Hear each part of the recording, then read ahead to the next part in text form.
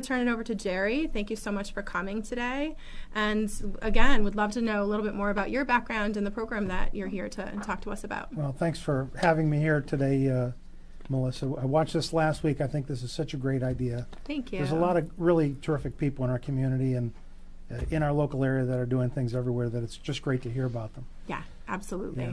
I'm originally from Springfield, Massachusetts. I joined the Air Force in, 1983.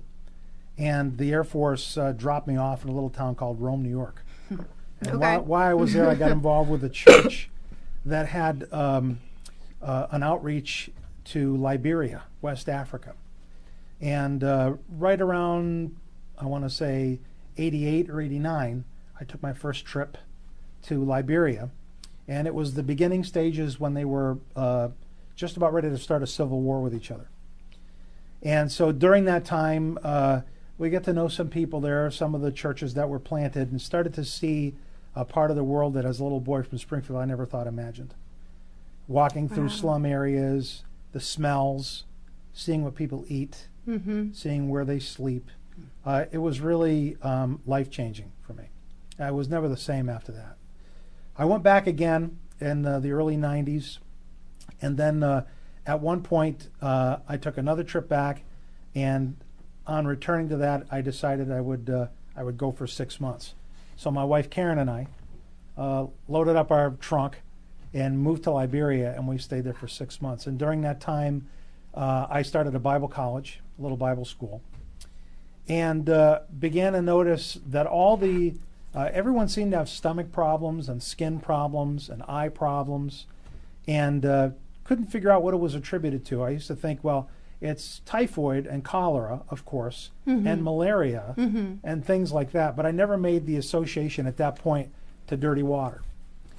So when I came back from Liberia, after a couple years, one of the men who was part of our school there, named Josephus Holly, had moved to Ghana after the Civil War. So invited me to Ghana. Well, when I went to Ghana, I found out what he was drinking was terrible. So after that trip, I came back and I had a meeting with a mutual friend of ours, Chad Sanderson.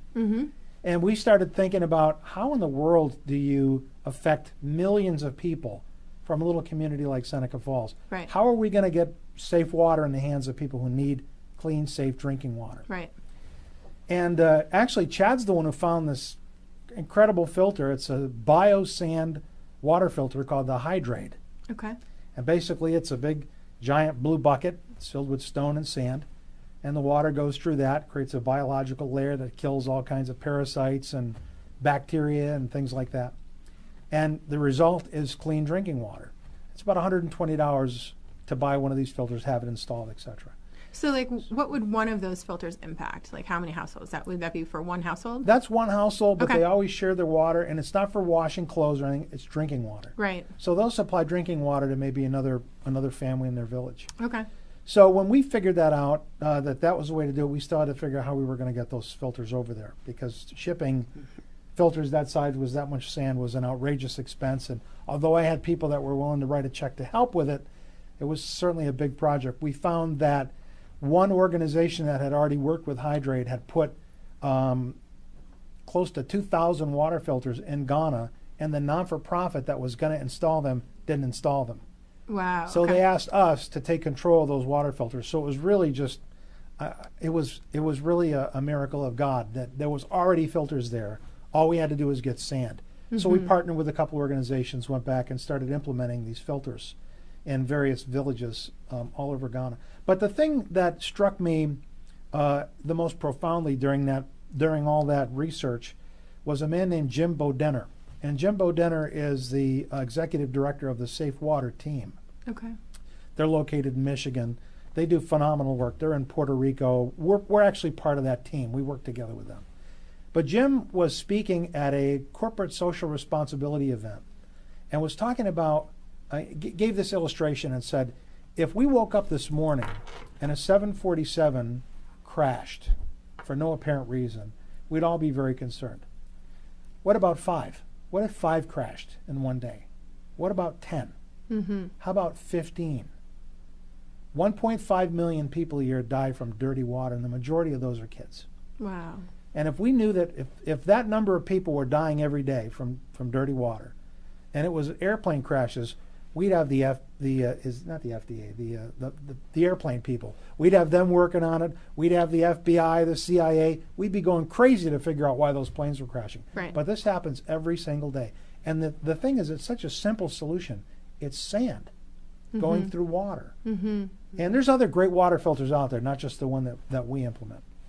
But so that struck me, and that's where we started to get involved here locally. So I started a 501c3 called Safe Water Ghana. And we did it, we had a couple $100 and we just started it, and people started getting excited about it. And our church, Finger Lakes Christian Fellowship, has funded a good part of those. But we also have partners. Lighthouse Foods is a partner. They're one of the biggest salad dressing distributors in the United States. They've directly helped us. The Safe Water team, the Wishing Well Foundation, which is an organization run by Guillermo Guzman down in Florida. Phenomenal organization.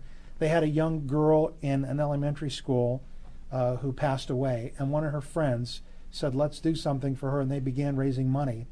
They ended up raising several $1,000s, which was given to us to implement filters in a village called Bagliga, which is in northern Ghana.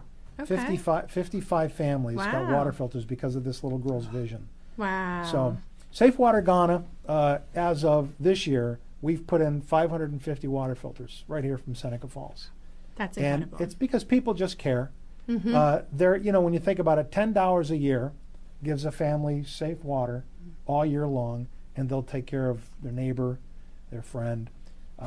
So there have been several villages that we've worked in, and that's what we're doing. We're just putting filters in villages, as many as we can, as quick as we can. I love it. Yeah, it's such a great illustration of the impact that we can have and the reach that we can have in this world, right?